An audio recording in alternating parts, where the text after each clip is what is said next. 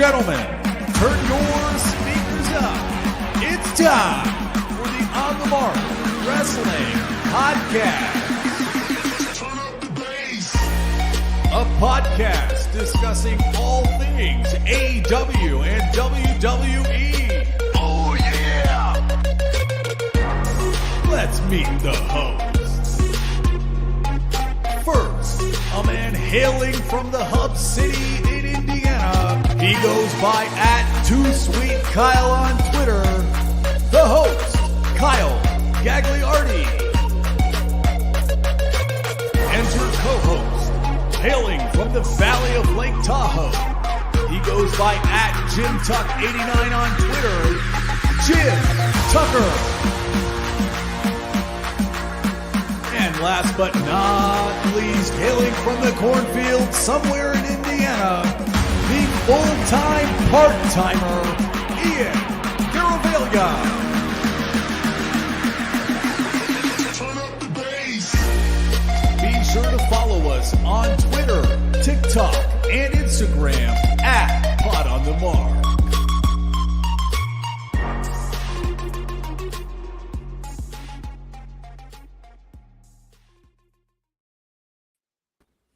What is going on, everyone? You're listening to the On the Mark Wrestling Podcast, hosted by the Marks, for the Marks, and I am your host, Mr. OTM, Kyle Gagliardi. And my co-host this evening is not my good friend, Jim Tucker. It is the full-time part-timer, as they say in the intro, Ian Garavaglia. Ian, what's up, dog? Oh, what's up, dog? Last time we did this and you introduced me, you said I was your... wasn't a great friend. It was a good friend. Good friend. And I moved down again, but it's fine. I worked my way back up. We'll get there one day. How we doing, Gags? I'm tired, but I'm here. I'll tell you what, the boys are ready to go. Not a sponsor. We all got our Coors Lights in hand right here live for episode 183, and we decided to bring in some company. He's been on the show before. I don't recall the last time he's been on, but a little backstory is this guy below me, Aaron Oroz, was a wrestling fan with me from the jump. The guy started watching wrestling with me in 2011 at Money in the Bank. We watched the same pay-per-view. He's not a full-time viewer now, but he's keeping tabs on the product, so I thought it'd be interesting to bring in a casual wrestling fan to get his thoughts. Ladies and gentlemen, joining us once again, Aaron Oroz. Aaron, how you doing? Dick Bow. Doing great. Not to say that I'm not a fan. I just think, wrestling is just taking off. You've got AEW, SmackDown, Raw, NXT. You guys are big into Warrior Wrestling, and so there's so much content, which is great for the product, great for the fans. It's just kind of hard to keep up with unless you're pretty much a diehard like you guys are. So, but I always keep tabs. I understand the business of it, love it, and I think they're rocking and rolling at full cylinders right now. And obviously, we're going to talk about the lead into WrestleMania, the pay-per-view before WrestleMania. And it's exciting. It's good stuff. It is good stuff going on right now all across professional wrestling. You didn't even mention it, but there's TNA, GCW. There's so much for everybody to watch, and that's what makes it great. And that's why we're here every single week talking graps with the boys and the girls, of course, because Erica Marini, the first lady, I guess we could say, of OTM. But boys, before we get into things, we got to remind the listeners that we are running a discount code this weekend at the OnTheMarkWrestlingPodcast.com. You can get some merch like the t-shirt I'm wearing. I'm wearing the Honorary Mark shirt, which is one of the fans' favorite t-shirt designs we have. If you type in code CHAMBER, like I said, you will save 10% off of your order. And also, don't forget to check out the Main Event Wrestling Network. Ian, we got the logo there in the corner. If they don't know already what's going down at the main event, tell the listeners a little bit about what we're cooking up. A lot of bloggers. The bloggers have been on fire, pumping out weekly content. Same with our YouTube division. They are pumping out content as quickly as they can, usually once a week. Guys all around. Our podcast viewers are growing, which we love. Obviously, that's where we came from. Came up with the idea with the Main Event Wrestling Network just to have a conglomerate of a bunch of content creators that love wrestling and just want to support other smaller content creators like us and looking to grow and seeing where everything goes. Yeah, for sure. So if you're interested in joining the Main Event Wrestling Network, Ian listed off a bunch of other things. We could use some graphic design work. maybe create some TikToks for us, just reach out to us, slide in the DMs at mainevent_net. And Aaron, I know one of the reasons why it might be difficult to keep up with wrestling every single week is because not only are you married now, because things have changed since the last time we've talked on here, but I think you're in the process of a move, aren't you? So you got your hands full over there. Yeah, a lot going on. Obviously it ties into just your sports interests and all that. It's just kind of hard to sit down and be able to watch everything. This the magic about Twitter is I can go on Twitter and I can kind of almost get a brief synopsis of episodes of Raw, episodes of SmackDown, kind of the important points that go on. So I'm always in the loop. I always kind of pay attention. I might not know specific ins and outs, certain feuds that are going on, but again, I always keep a tab because I think, especially with Vince McMahon kind of out of the picture a little bit, and Triple H is kind of what it seems to get the keys to the car, and their partnership with obviously the UFC. I think they're going to be taking off. I think they're going to be killing it. We'll obviously talk about it, and I'll allude to this a little later, but I think that press conference that they did for WrestleMania needs to happen for every major pay-per-view, Survivor Series, SummerSlam. I think that was just killer. I thought they killed that. So yeah. Well, that's basically where I wanted to go with this, Ian. Okay. Unless you got something you wanted to add. Well, I was just going to point out, it just kind of shows the growth of where wrestling has gotten. It's gotten back into that mainstream audience where you can run press conferences and it was just straight up press conference. There was no wrestling there. There was no live entertainment per se. I mean, obviously, we know as wrestling fans, we wanted to see what happened at the end. And that's what drew us in. But I mean, the Las Vegas crowd, I wonder how many people were there just for that press conference. Probably not a lot, but they probably saw a sign that said, hey, this press conference for WrestleMania is happening in this building tomorrow night. Just come stop by.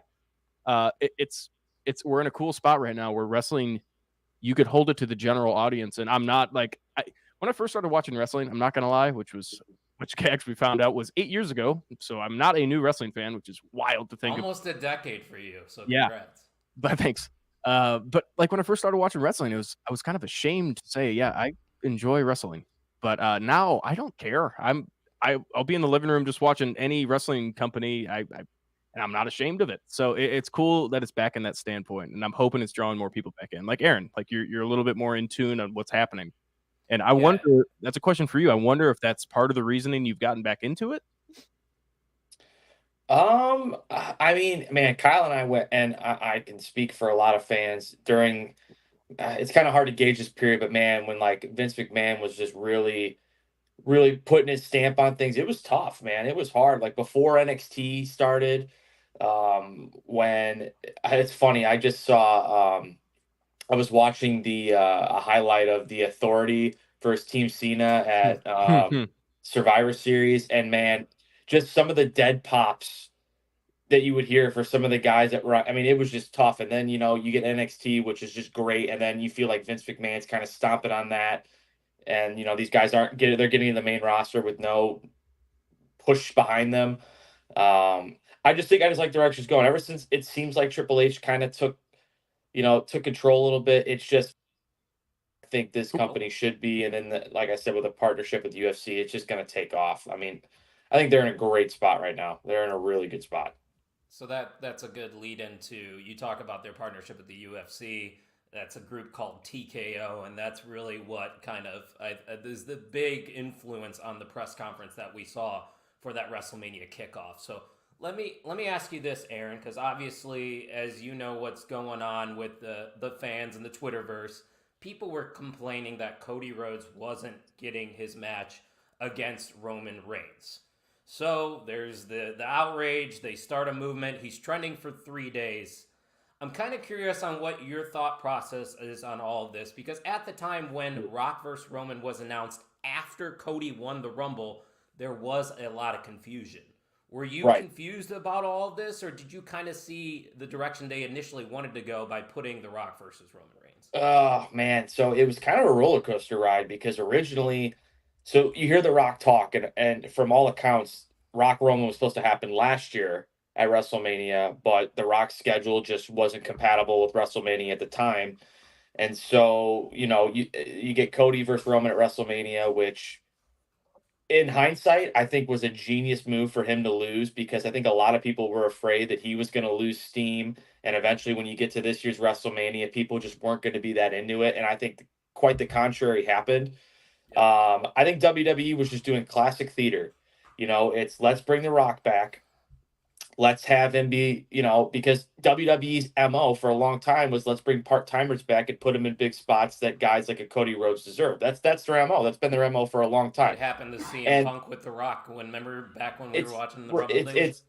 oftentimes with Goldberg, and it's happened. It's happened a lot of times. And granted, I understand some of those decisions are money makers, and we don't see the ins and outs of the dollar signs that brings. And I understand that completely. But then it was weird when Cody was like, you know what, this isn't happening at WrestleMania. Here comes The Rock, which again doesn't surprise me in the slightest. I understand that match right there at WrestleMania sells. It does. There's no ifs, ands, or buts about it. But when I was on Twitter and I was kind of looking, a lot of people reported that WWE did that, and then we're going to see what the reaction was. They were going to play off the reaction, and it turned The Rock heel. I'm not sure if that was the plan to begin with. Maybe it was all along. I'm assuming it probably was. But the following for Cody just it went up times 10. It made Cody in that match more important than I think it ever was before that. And that's the whole goal of a WrestleMania main event. So then, it's kind of strange. It's like, all right, does he have a match at SummerSlam and get it? It's like, I don't know, man. This is such a significant moment for him. I feel like it has to happen at WrestleMania. They're really going to postpone this more. And then then you have the whole thing with the press conference where he's like, oh, I still haven't made my decision yet. And then it's like, okay, he's definitely picking Roman. Are we having a triple threat? How is this going to happen? And I think WWE is it perfectly, because realistically, I mean, yeah, they've announced that it's Cody Roman, but you have one of the biggest, not just, wrestlers of all time, one of the biggest stars of all time right now, especially in the world right now. It's like, what does he do? He's just in there and you don't know what he's going to do. He's playing heel. It's been great. It's just classic. I have to give WWE credit. It's just classic play, classic theater. They have made this bigger than I think even we thought it could be. And so I'm very curious to see where it goes. Obviously, we'll talk about later the Elimination Chamber and kind of what we have thinking there. But I think they've made this, especially this moment for Cody, maybe one of the biggest matches in WrestleMania history, just with the significance behind it. And I think personally, he's the biggest star in the industry right now. So it's just phenomenal work by WWE. That press conference, I think, just elevated it to a different level. And now it's just, we're ready to go. I mean, I was just going to say, it really highlighted how big Cody really is as a babyface, and you don't see that often anymore. A lot of wrestling fans, they like to lean towards the heel nowadays. I mean, see it with AEW. Yeah, the AEW, their biggest baby faces, their biggest good guys are the heels. Like, they don't do anything good. And that just kind of, that highlights a little bit of the different fan bases there. But you never expect a guy like Cody, who is the most white meat baby faces you could have. He has that fire in him, but it's just, he is a good dude. And that's what The Rock really highlighted. So it's cool to see. It's monumental. This WrestleMania main event is going to be monumental and probably could go down as one of the greatest of all time. Yeah, and we can't sit here and definitively say this was all a part of the plan. You can assume. Aaron's assuming. I'm assuming as well. I think Ian's on the other side of the spectrum, thinking that they kind of had to pivot a little bit.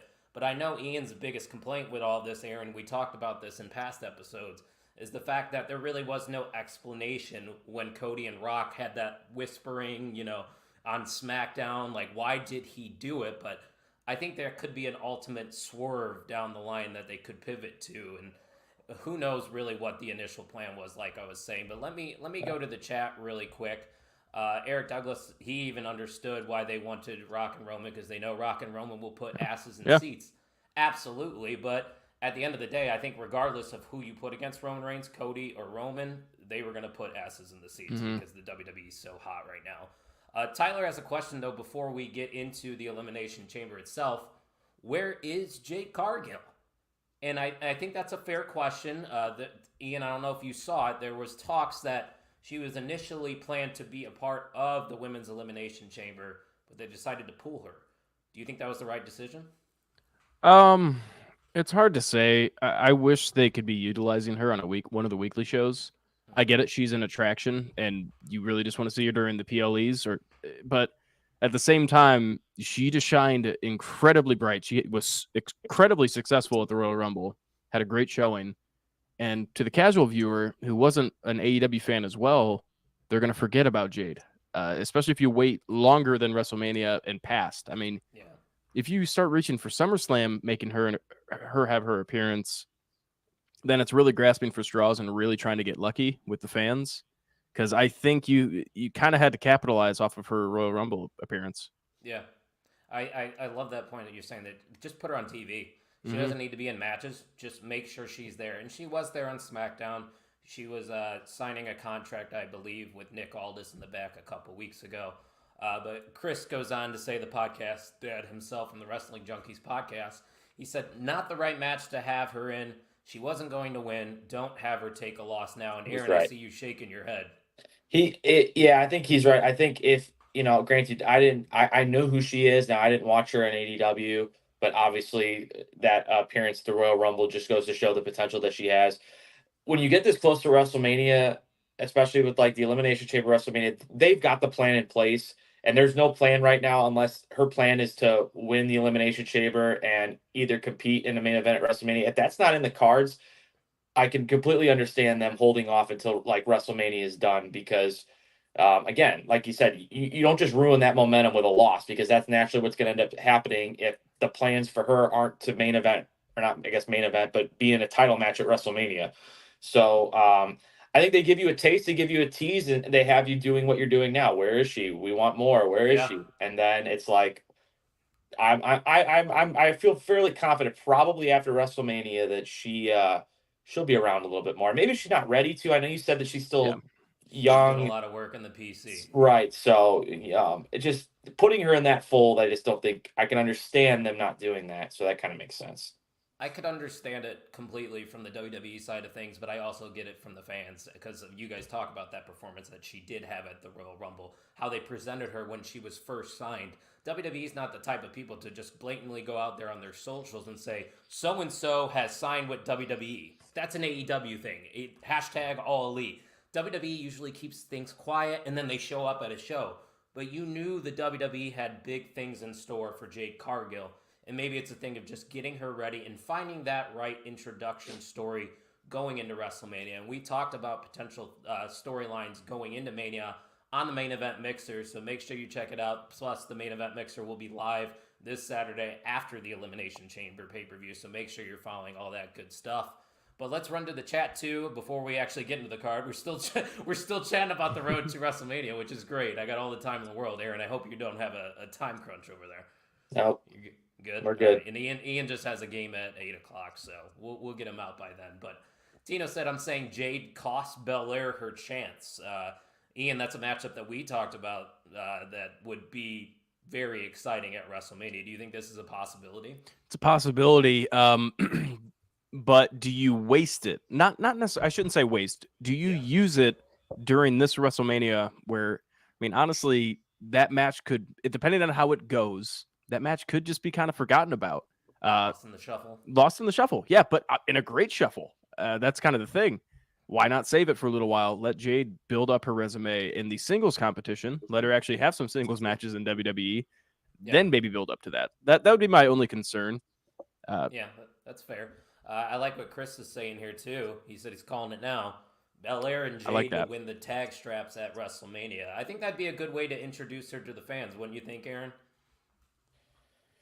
Yeah, obviously pairing her with somebody just basically as athletic as here. I mean, Bianca Belair is insane. But again, I think just with any new attraction or new superstar, it's not just throwing them in the mix. It's like, all right, do we want them to run as a heel? Do we want them to run as a face? I mean, what does this character look like?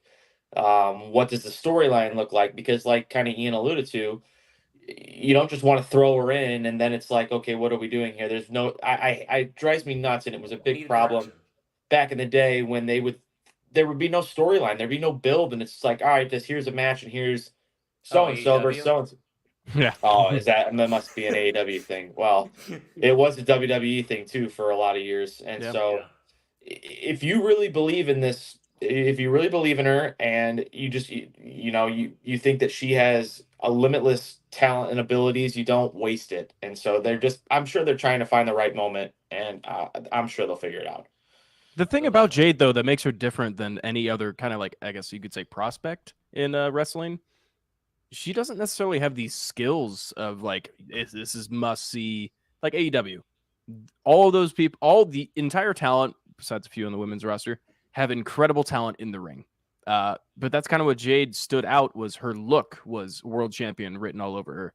In Star ring, factor. yeah, in ring was okay. She held her own, but and I think that's kind of what they're working on with WWE, because that is the complete opposite side. They need that star power. They need that wrestling in ring.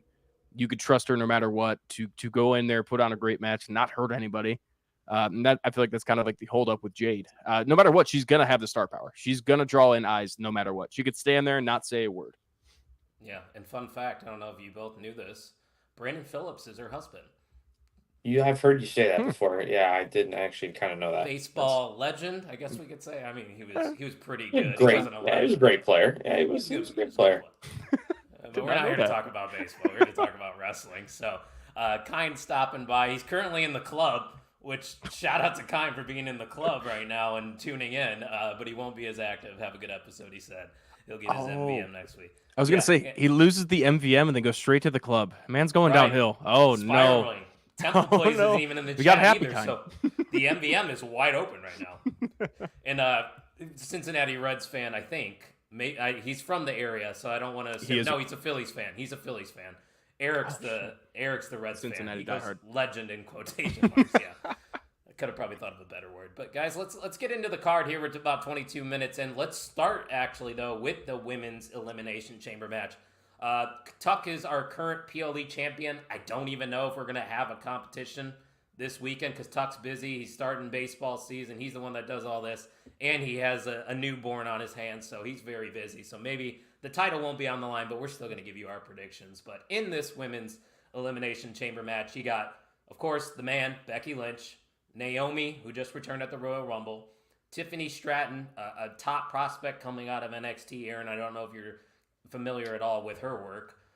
You have the EST of WWE and Bianca Belair, Liv Morgan, the fan favorite, and the returning Raquel Rodriguez, who we just saw show up at Monday Night Raw and earn her way into this chamber match. So obviously the winner of this one's going to go on to face Rhea Ripley for that title. I think it's fair to say that Becky Lynch, Ian, is probably the favorite going into this. We talked about, they teased it for a couple months now, it seems. But where do you see how do you see this shaking out, I should say? When I look up and down the card, well, I guess this match, you start to think about what can they fall back on, which is the same with the guys as well, which we'll talk about. Tiffany Stratton, just new to the roster, will have a great showing. I don't think she'll be the first eliminated like most people think. I think there's somebody else that could probably take a loss and be fine with it. Bianca Belair, obviously another one that could win it, has a very good shot at doing so, but I think she has some time. She could build her character a little bit more with, I mean, she's been showing a little bit more edginess to herself. She's getting a little more angry, as you could say. Obviously, Naomi coming back, Trinity. I'm kind of weird with her because they haven't really done much with her. Again, I don't watch SmackDown. Early. Yeah, it is early coming back from her, coming back from TNA. Raquel, obviously, just came back. Again, we'll have a great showing. Liv Morgan also just came back. I'm starting to realize this. A lot of returns here and debuts. So yeah, and Liv Morgan too.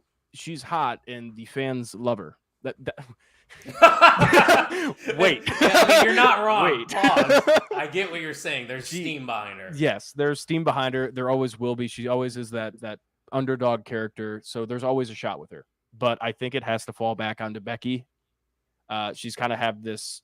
She hasn't found the man. She's not the man anymore. She's trying to find.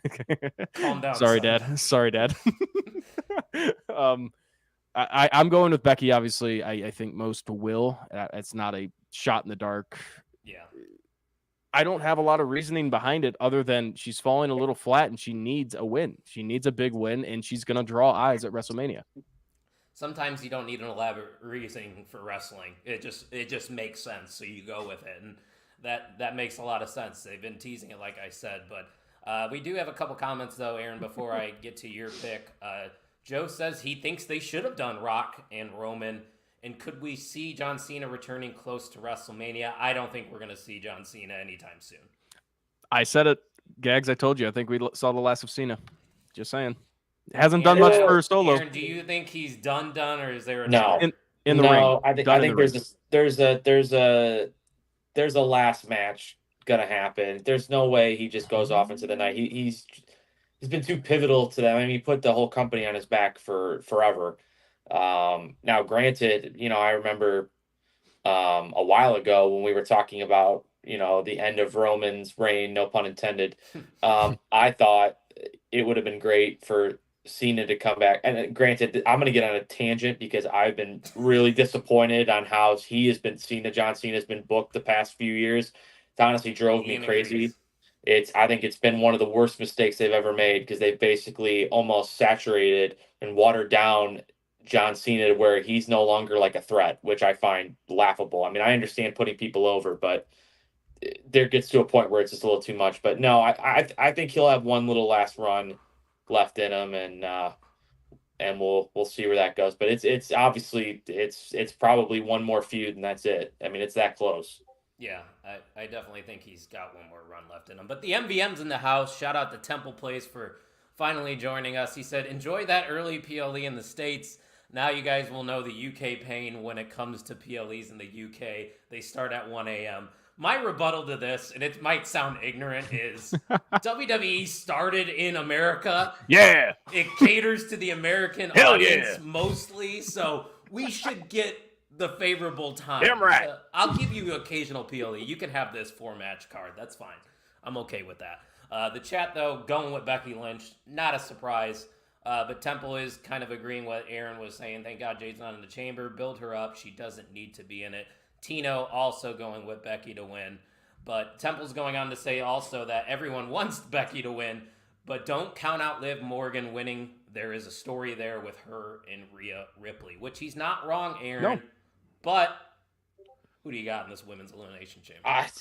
It sucks because it doesn't suck, but I feel like you have to go with the obvious pick because to me, I think we were talking about it before the show started. I think WWE really wants to get that. Like Ian put it, I think perfectly. I think she doesn't feel like she's the man anymore, and I feel like they want that back. And what way to get it back? Now, granted, does she win or lose at WrestleMania? I guess we'll find out. But it just makes too much sense. I can't really. I mean, you could do Bianca, which would also be a phenomenal match, but again, I don't know why they would be doing this sort of Becky, the whole story beforehand, kind of the hints there if it wasn't going to happen. So they could be swerving us. They could be. And you never know. They could come with different angles, like people can interfere.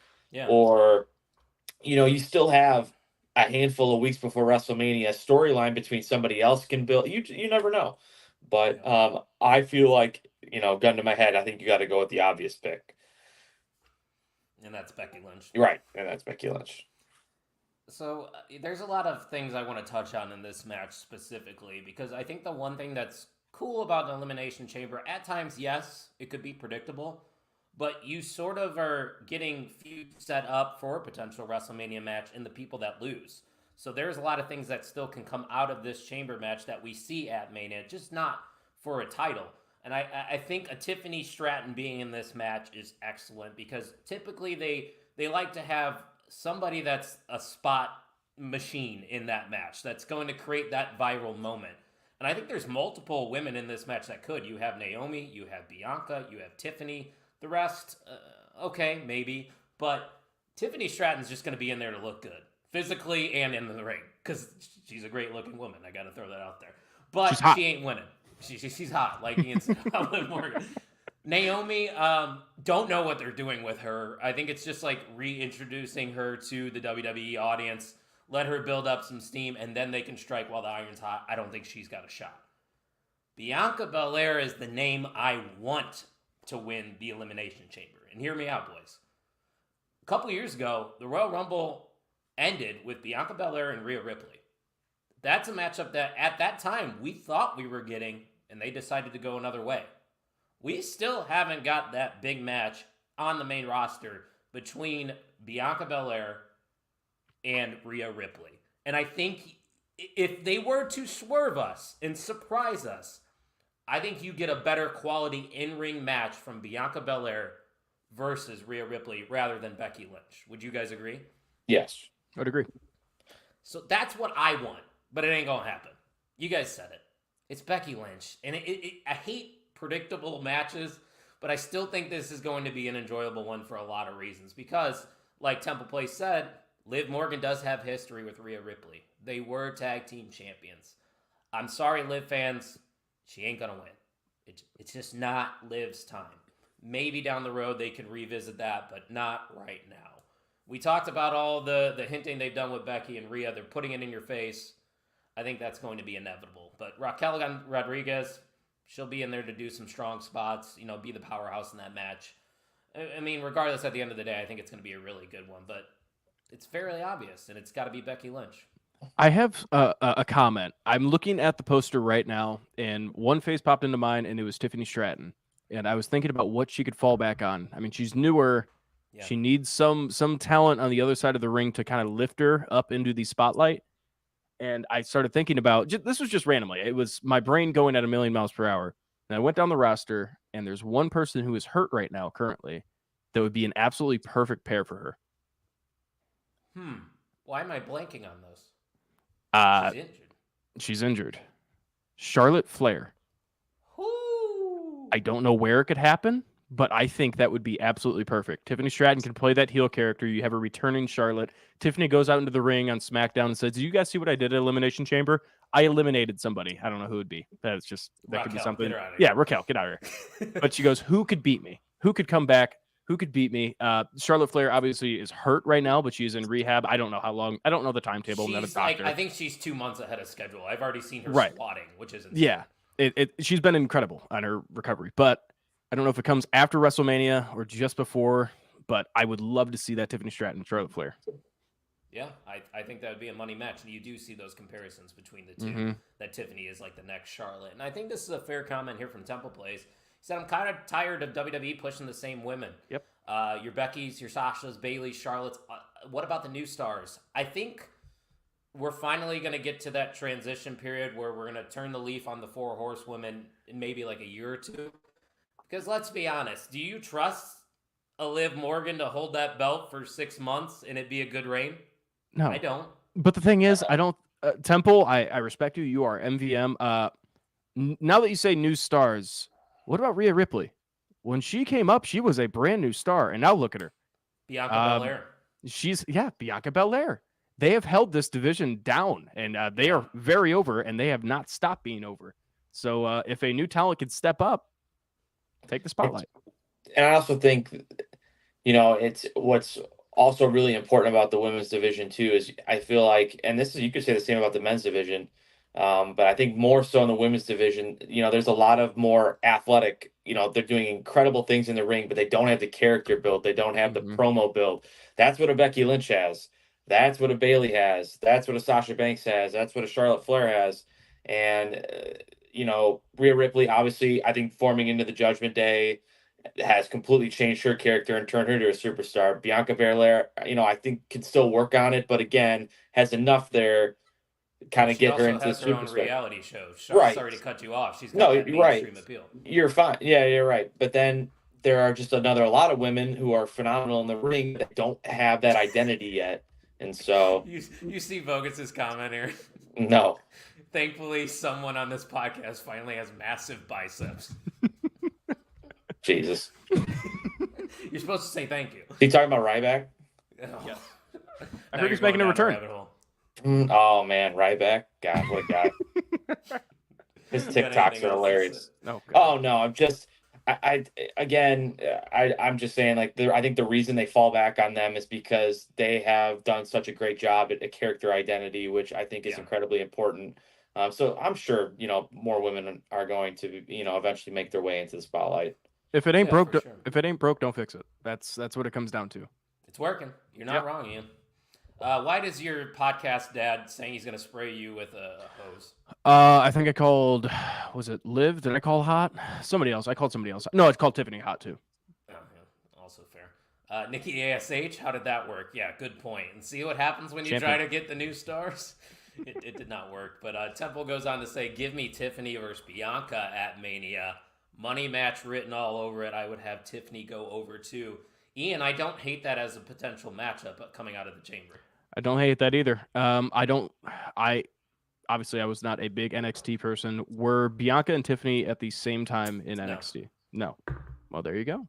Well, I also I was basically also saying, what if Bianca and Naomi have a match too at WrestleMania? I mean, they're going to be in the chamber. Yeah. I mean, I could see that happening too. Two athletic women. So I mean, Bianca versus anybody in this chamber. Yeah, she's a tank. People say it all the time. Bianca Belair should be in the discussion for best wrestler in the world. No gender involved in this. Just one of the best. And she's a beast. She's a beast. She's a beast. Like the podcast dad said, the NXT roster is coming. Don't worry. They are loaded in NXT with female talent. So he also goes on to say, feed me more. So feed him some more talent. I know he's talking about Ryback, but I'm going to lean into the talent part of it. What a guy. Anything else from the women's chamber? We good to move on, boys? Good to move on. Yep. Let's move on to a match that we don't have to spend a lot of time on. I am looking forward to it because I think it'll be a good one. You have the champions, the Judgment Day, Finn Balor, and Senior Money in the Bank, which I can't believe he still has that thing, taking on New Catch Republic, which, of course, is Tyler Bate and the newly refound name of Pete Dunne, the bruiserweight himself. They've been on a roll on SmackDown as of late. They've only been a tag team now, Aaron, for about a month. I know you don't know much about Tyler Bate or Pete Dunne. But, give me your thoughts on this one. Maybe a little bit about what you thought of the Judgment Day's run as tag team champions. Oh, Pete Dunne, former NXT champion. And NXT the UK one? I thought. Yeah, UK. United Kingdom one. Yeah. Well, the Judgment Day, honestly, originally I was kind of skeptical about it. I'm like, how long is this thing going to work? And then you got Dominic Mysterio getting that heat, and it's just completely changed everything. Finn's great at what he does, and I think he plays a better heel than he does a face, so he's right where he needs to be. With Priest, I mean, what are they doing with that? That is like the biggest mystery in the world, because it's like, and I've got thoughts about what might happen at Wrestle. I mean, because eventually something's gonna have to happen with that briefcase. Can't hold on to it forever. I mean, I guess you can, but no, I think. And you could tell me I'm totally wrong here because I don't know who's feuding or what's what. But no, I don't think the Judgment Day lose. I wouldn't be surprised if the Judgment Day have a match with your boys, Johnny Gargano and Ciampa. I don't know if that makes any sense, but I think them being tag team champions would be phenomenal because they were just great NXT staples. But no, the Judgment Day is not losing here. I think they do lose the WrestleMania against whoever they go against, because eventually this thing's going to dissolve, but not this week. I'll tell you who they're going against at WrestleMania. They're going against the Awesome Truth. They've been said it. It's kind of obvious, guys. Okay, never mind. We know how over our Truth has gotten. He's been flirting with the Judgment Day. He thinks he's in. He's not. That makes sense. Okay. The writing's on the wall there. Okay. And there's no disrespect to New Catch Republic, British Strong Style, if you want to call them that, because that's what their name was when they were in NXT. They're great, and they're going to get their time. But it goes back to a point that we have discussed before, Ian. You have all these tag teams now on your main roster. You have all these factions, but they are still unified titles. Mm-hmm. Split the fucking titles, please. Yeah.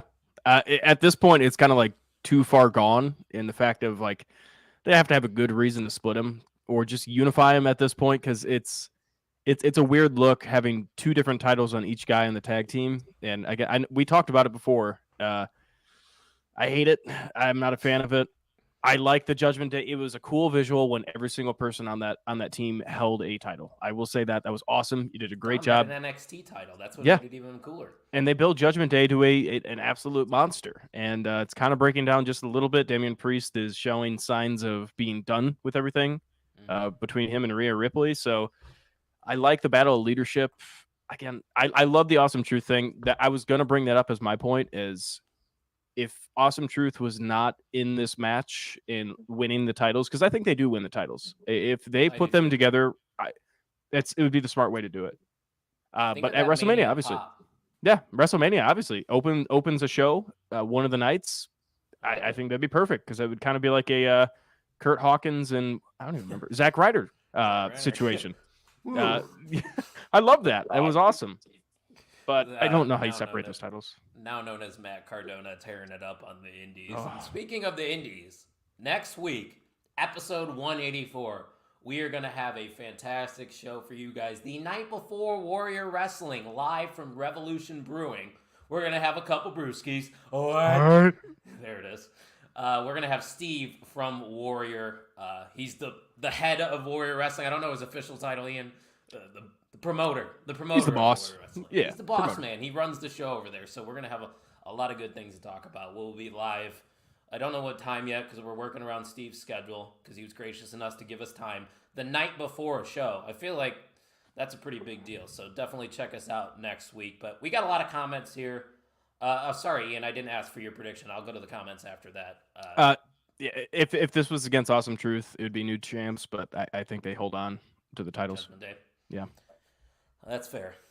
Temple goes on to say Shayna Baszler is one badass woman and hasn't sniffed a world title yet. Becky wins the women to dethrone Becky at SummerSlam 2024.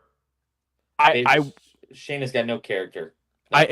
I'm glad you said that. She could, if she didn't talk at all, I could see her being an absolute threat. But I cannot stand when she talks. But again, she is awesome in ring. I think she's very underrated. She is a great hand for any women's match. So I wish she could have a character because I think she really does deserve it just based off in-ring ability. Going from MMA to the WWE in that style is, I couldn't imagine how much training that takes because you go from wanting to punch somebody in the face and having to punch somebody in the face to punch somebody in the face, but don't do it. Yeah. Yeah. You got to be safe in the ring.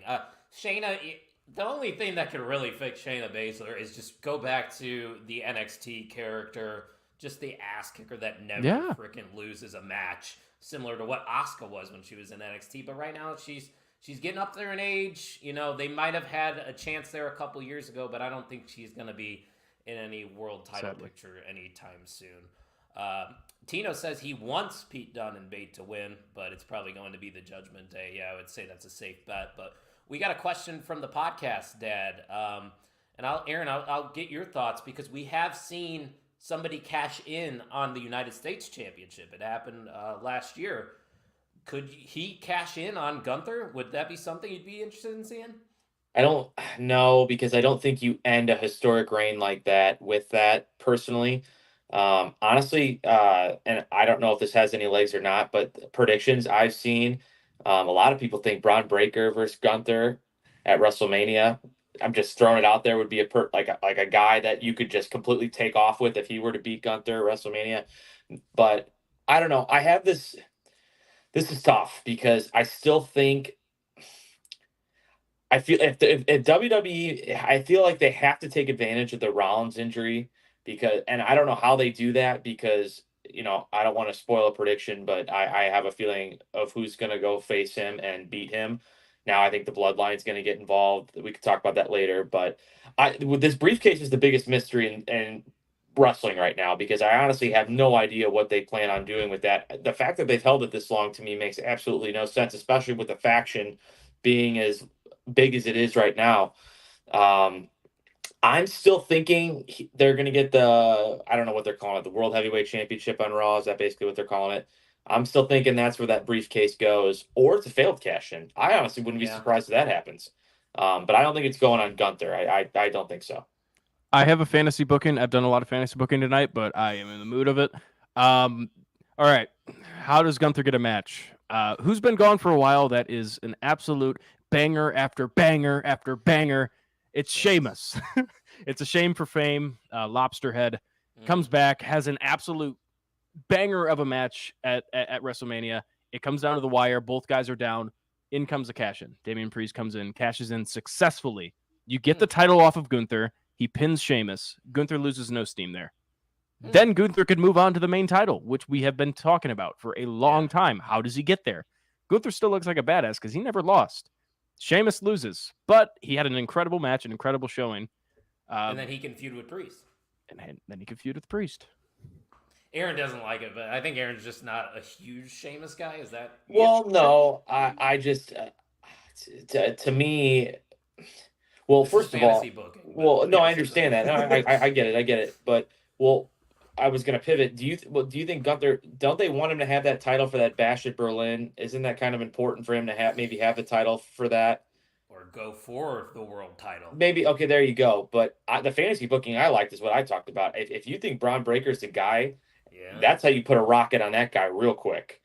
And but the thing is, like, with the fantasy booking thing is like you have to have a guy come in that you think like genuinely, okay, this guy could beat him, and that's like a casual fan right there. But the thing Chad is, Gable's like, not a realistic one. I know people say correct, Chad Gable, but it's No. not realistic. no, just from like looking on if you're looking at a poster to a casual wrestling fan and you bring up Braun Breaker, sure, NXT fans that watch a main roster, yeah, they'll be like, okay, yeah, he could beat him. But the casual fan that's like a 12-year-old that might be going to the arena, you got to build into this guy could win, but then the cash in comes in. That's what I really wanted to build to. Ultimately, giving Damian Priest one of the most heated runs with the title ever. I'll tell you what, he's a Steiner. At the end of the day, like people are gonna know who Braun Breaker is just because of that. They'll put 2 and 2 together, even though his last name's Breaker on TV. Nobody actually has the last name Breaker, but if you do, please comment that your last name is Breaker. I'd really like to know. Temple Place said, "Thank God my Englishman is back to his old self. The fuck were they doing with the Butch gimmick? That was a Vince thing, Temple, and it was bad." Something from Scooby-Doo or something. Yeah, that Butch was Scrappy-Doo. I think that's a perfect comparison. Pretty sure, yeah. He's laughing his ass off down there in the comments. Tyler Bate and Pete Dunne was a trio with Trent Seven over here in the UK in progress as British Strong Style. Yeah, I was aware of that, Temple, and they got to do a little bit of stuff in NXT. Not a lot, but a little bit. And he also goes on to say that he's not a fan of the double titles. Red and blue mixed together is purple. Oh, that makes sense. Judgment Day purple. That's why they keep them together. Yes. Temple's on the shit here. He's connecting dots, and that's why I like him. Didn't he sign with SmackDown too? Yes, he did. And Gunther's title is on Raw, people. Mm-hmm. And you never know. You don't. But I guess we'll find out. Let's go to not a match, but a segment. The Grayson Waller effect happening from his home country in Australia. He'll probably get a good reaction. But he's got 2 big superstars that you guys have probably never heard of by the name of Seth frickin' Rollins and Cody Rhodes. We don't have to spend a lot of time on this, but Ian, do you think there's anything of significance that's going to come out of this segment, or are we just going to see them beat up Grayson Waller? Either. Okay, so the one thing I really like about this dynamic with Seth being the shield for Cody is Seth is still that backstabber that we all know, love / hate. So I'm kind of hoping to see some cracks in that promise of protecting Cody. That would be something to build off of. Maybe there's some hesitation on Cody's part in accepting Seth Rollins as his savior. That could be something that could be interesting, but it honestly just could turn into like a celebrity coming out, beating up Grayson Waller or something like they usually do with the Grayson Waller effect on PLEs. Yeah, that's fair. Aaron, do you see anything of significance coming out of this segment? A little bit, because I think it will foreshadow what I think is going to happen at WrestleMania, but I wouldn't be surprised if The Rock's not there, to be honest. I wouldn't actually. Triple H did say yesterday that he wasn't going to be there. I don't think he will take that be with a grain of salt. Well, I don't. I think what's going to end up happening is, Rollins is obviously going to extend the offer again. I think Cody accepts it and is like, okay. And I think the Bloodline come out and basically they're like, all right, Seth, you're against us now, because naturally my prediction was the Bloodline's going to cost Rollins his title at WrestleMania. Be some sort of a distraction. They do that all the time because he's involved with Cody. So that's where my prediction goes. So that's where I think it goes. I think the Bloodline will come out and basically be like, okay, you're an enemy now too, and it will foreshadow the costing of Rollins' championship. Light bulb. You kind of teed it up for me, but I thought they were going to set up a tag match between Seth, Cody, Rock, and Roman for Night 1 of WrestleMania here in this segment. I don't think that's going to happen anymore. I love the Bloodline getting involved here, but at the end of the day, we do have only 4 matches on this card. Mm-hmm. Make an impromptu tag team match. Jimmy and Solo versus Seth and Cody. Oh, you can't do it. Seth's hurt. Gut. All right, I forgot about that. Sorry, erase that. I liked it. Clip I liked that. it. At the time, it sounded great. Maybe somebody could step in for Seth. I don't know. But, regardless, I think it'll just be a way for Seth and Cody to stay hot. Grayson Waller's going to get that heel heat, even though he's in his home country, so who knows what the crowd will react to. Regardless, I think it'll be an entertaining segment. I just wanted to see if anybody had some bold predictions for Shout out to Grayson Waller, too. Still continuing his feuds with TV hosts. I don't know if anyone else saw that. No, it was Austin Theory was the one. Oh, it was Austin Theory. That's on me. My bad. So, Aaron, you probably didn't see it. I think they were in Perth or somewhere in Australia doing media yesterday, or maybe it was today. He went off on a reporter because he mentioned the fake word. And this is let's get into this conversation because we do have a little bit of time.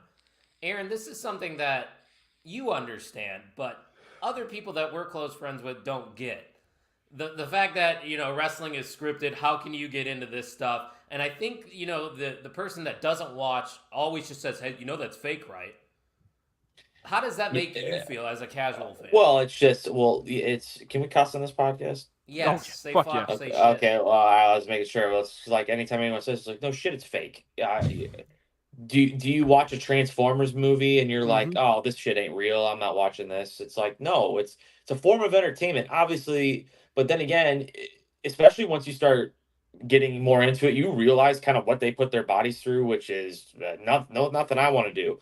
And so it's a form of entertainment, and again, that is what makes character build so important, because at the end of the day, that is a big part of what draws people in, and why a Shayna Baszler doesn't have a world heavyweight championship is because it's really hard to connect to somebody like that, and that's what makes it so makes it what it is. And obviously, yes, of course, it's they're not actually, well, unless you're like Sheamus, who like beats the shit out of people. But it's entertainment. This isn't MMA, this isn't some freestyle fighting. It's a form of entertainment that clearly works because they're selling out arenas everywhere. So you either get it or you don't, and I feel like you can't waste your time on people that don't get it, because they'll never will get it if they don't get it now. I will say this too, just to add on really quick. If you're a UFC fan, I don't know how you're not a WWE fan, because you could go into a UFC pay-per-view and have an awful time watching it. It could be the most boring pay-per-view you've ever watched. If you go and watch a WWE one, every single pay-per-view is going to be good. You're going to have good matches no matter what. That's just how it works, and you still have that entertainment. Exactly, that's what I love about it. I would love the UFC if every match was an absolute just cannon fight, but that's not how it works. A blood feud. But hey, there were some UFC guys on Monday Night Raw. I forgot the guy's name. Michael Chandler. Went on the podcast. Michael Chandler, yeah. Michael Chandler? Is that his name? Well, he called out McGregor because they're supposed to fight, but that's a whole UFC dilemma. He made a comment. He was like, when I go to wrestling shows, I'm there as a fan. And when I'm awesome. ringside, he was like, I see the bumps they're taking. I know the risk they are doing and what damage it does to your body. He respects it, and I think a lot of people, and we're speaking to wrestling fans right now, so they understand it, so I don't want to harp on it too much, but just a little bit of a side tangent there for us. But let's go to the comments. Temple's got a little fantasy booking, or maybe a question.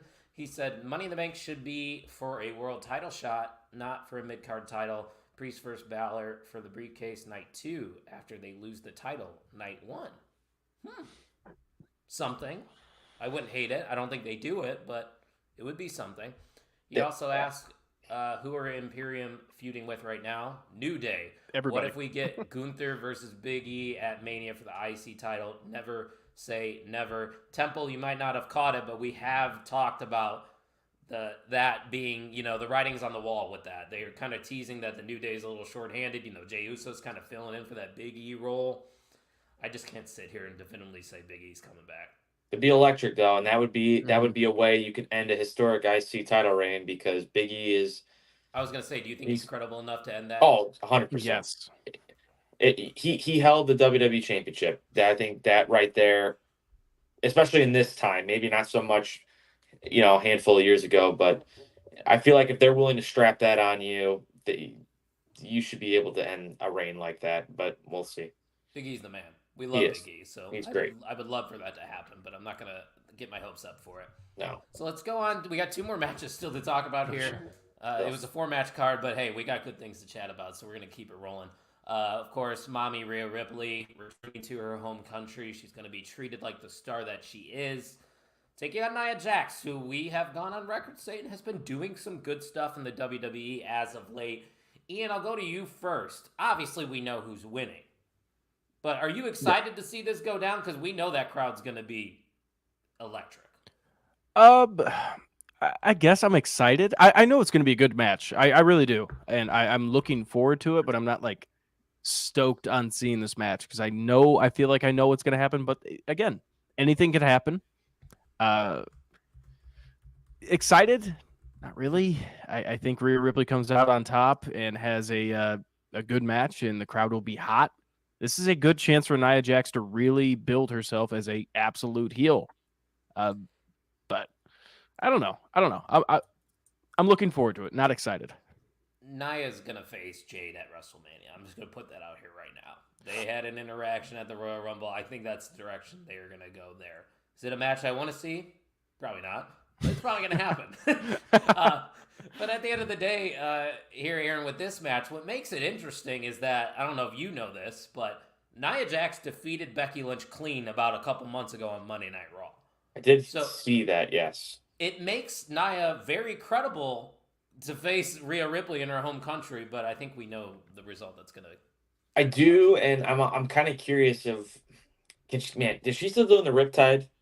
Mm-hmm. Yes. Okay, fuck. Good luck with that. She almost did it at the Rumble. Nia, I thought. She almost did it at the Rumble. Then maybe she will do it to her. I don't know. But yeah, I mean, this is the classic. Let's build up a heel in a star's home country. I mean, obviously the fans are, and this will be the slow start of the Rhea Ripley face turn. I think that's inevitably going to happen here in a little bit. But yeah, I mean, this is just classic. Let's put somebody who we vie as a credible heel in the perfect spot to be a heel, and that's what will happen. Yeah, that's what's going to happen. I mean, obviously she's not going to win, but this is more of an opportunity, I think, for Nia Jax to really start coming off as a bigger heel. Because I mean, really, with the women, I mean, you guys will obviously speak a lot. Is there a real like heel, big time heel that sticks out right now? Monday Night Raw, no. Well, I mean, then there you go. So, just a way for her to get to that point. Shayna and Zoe are a tag team, though, and that might be the next step right there. So there you go. I mean, I has all the talent. Think they've got a clear view for where they want Nia Jax. Now, clearly, it's not going to be champion, at least right now. But yeah, it'll serve its purpose. Yeah, that's the thing we discussed. Like, whoever you put against Rhea Ripley in her home country is going to get booed out of the building. Mm-hmm. So you might as well put somebody in there that gets booed out of every building. There you go. Exactly. You know what it reminds me of? Gags, you'll only understand this. It reminds me of the Young Bucks. They're leaning into that heel side. No matter what, the fans are going to boo them.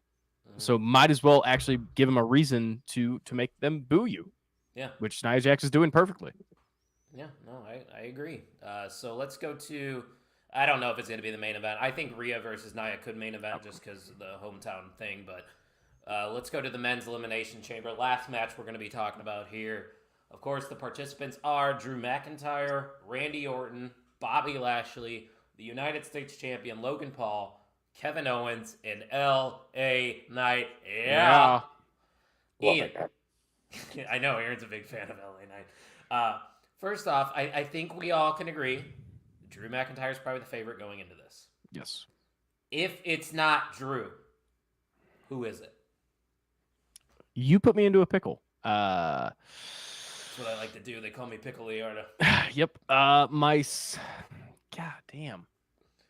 I would say, I know. I'm going to say my second favorite would have to be LA Knight because I think you have to capitalize on his momentum that he had from last year and rejoin on what was happening with the movement. That would be my second choice. So I'm going to go with LA Knight. But I'm like literally 99% of my brain is on Drew McIntyre winning this because I'm all in on his new character and I love what he's doing, especially on Twitter. I think it's hilarious. But I'll go with LA Knight. Yeah. That's fair. That's not his official pick, by the way. I just asked him if it's not Drew McIntyre, who it would be. And LA Knight would be nice because I don't think we've seen LA Knight versus Seth Rollins at all. And like you said, he's had a lot of momentum recently. Aaron, if it's not Drew McIntyre, who stands out to you?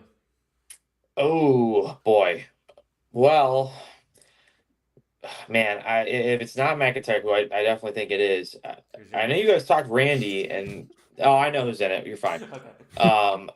Randy would make a lot of sense too, just because his history with the Bloodline and me thinking that the Bloodline's going to get involved in that match.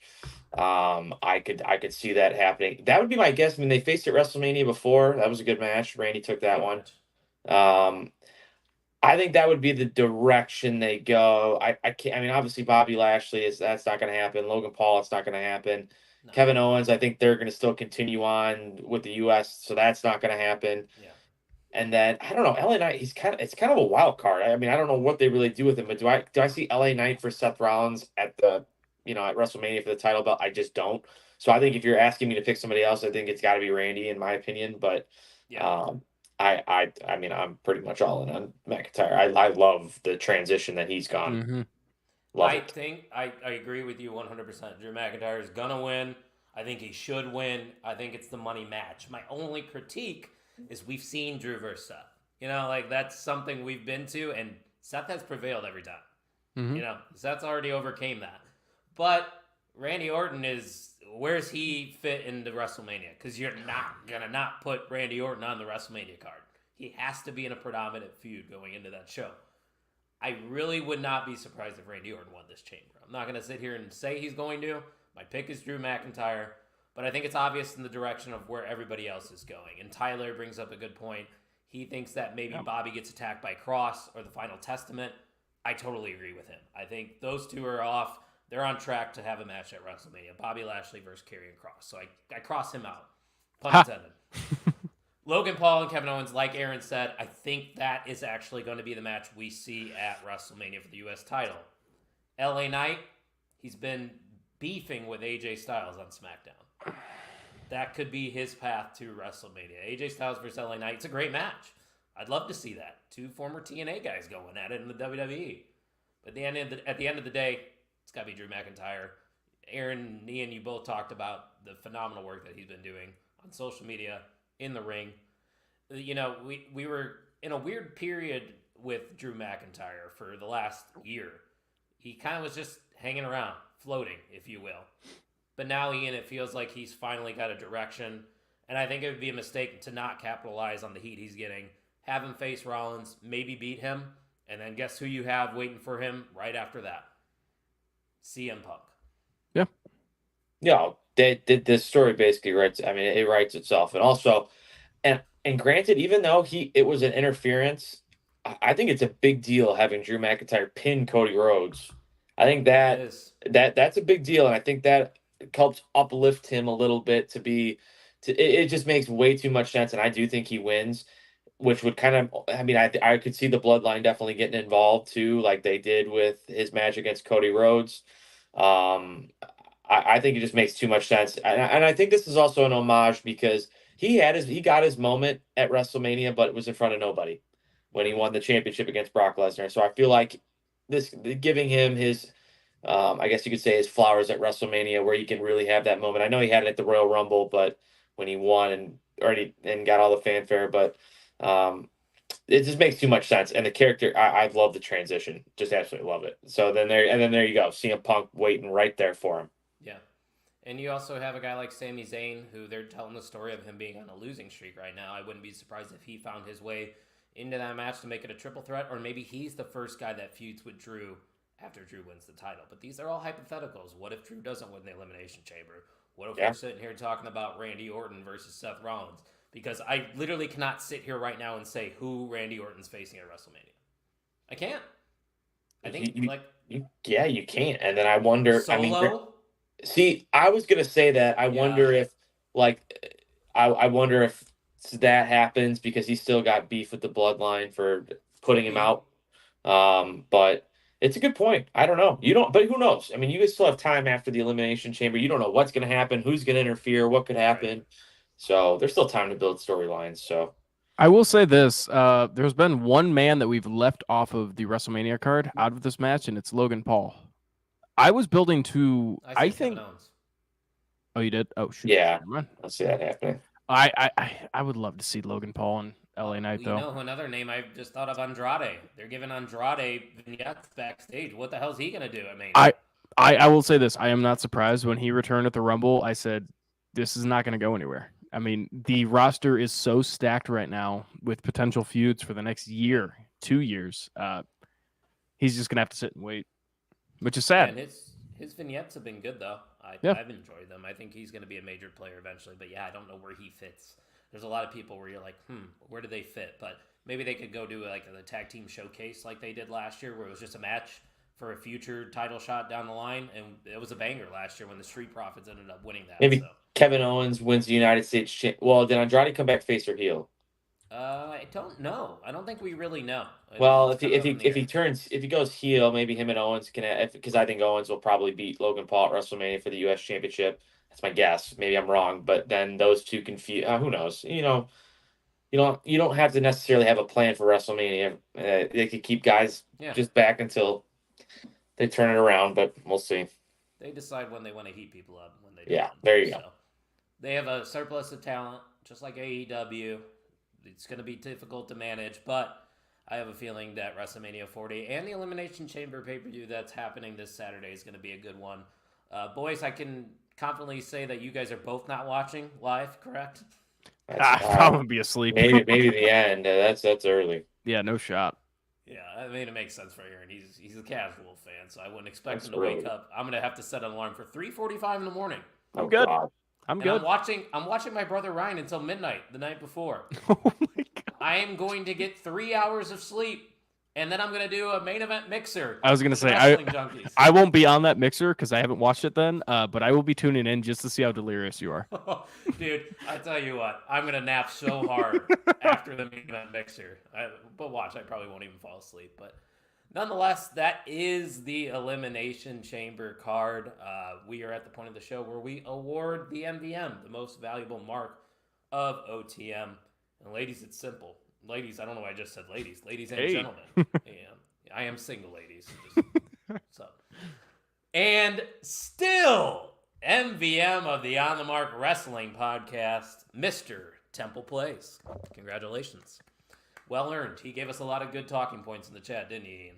Yeah, he turned up late and still provided a lot of comments that really got our brains going. Had a lot of fantasy booking, which to me, I love fantasy booking and thinking about it. So credit to Temple. Credit to Temple, indeed. It was your father at first. I know. Well, he was scolding me, so he was not going to be my vote no matter what. He wasn't. I'm in my emo phase of being the son. Yeah, that's fair. All right, boys. Well, Aaron, it was a pleasure having you on once again. I know we went a little over what I said we were going to go into, but yeah, any final remarks before Elimination Chamber? Not really. Just excited to see the builds for WrestleMania. Those are always great, and very curious what they see or the dynamic with The Rock and Roman and all that. Oh man, it's gonna be good. That's gonna be good stuff. And when eventually, Cody does finish the story, which at least I hope. Some guy on Twitter I follow was like, "How much money would I pay to see Cody get pinned again at WrestleMania just to see the reactions of the fans?" It would be funny. Oh boy, that would be something. I mean this literally. There might be riots. Yeah, there might be. It would be insane. It would be insane. When he lost at WrestleMania 39, we all just sat there in our seats like, what the fuck happened? And that was WrestleMania 39. Could you imagine? Genius, though. I thought it was genius because I thought it was genius. People were afraid that he would lose steam, and it only amplified. So they had smart stuff. But we'll see. It should be fun. Yes, it shall. Aaron, thanks again for coming by. Ian, you got any final remarks before we sign out? Like old Jim Tucker would say, and I usually say it anytime he's not here because he usually says it. It's a great time to be a wrestling fan. The build to WrestleMania has been incredible. It genuinely feels like the WrestleMania journey right now because we are deep into it. I'm looking forward to what happens, what matches we're going to see. Because I mean, honestly, even our main events, we don't know 100% what we're going to see. We still don't know. There's none of that card is for sure. So these next few weeks, I guess a couple months now, are going to be must-see television. So stay tuned. If not, we'll keep you updated here at the OTM. Yeah, definitely. And like Aaron said earlier, he catches up on Twitter and stuff. If you're not a full-time wrestling fan, you're a casual, tune into OTM. We'll give you a good recap every single week. But don't forget, guys, this weekend only, or this week/weekend, I should say, at the OnTheMarkWrestlingPodcast.com, if you use promo code CHAMBER, CHAMBER, you will save 10% off of your order. And don't forget, live right after the Elimination Chamber pay-per-view at main_event_net on all of the social media accounts will be episode 3 of the Main Event Mixer with myself, Mr. Cincinnati, and the podcast dad from the Wrestling Junkies podcast. Aaron, thanks again for stopping by. Ian, a pleasure as always. And thank you, everybody, for listening to the On the Mark Wrestling podcast.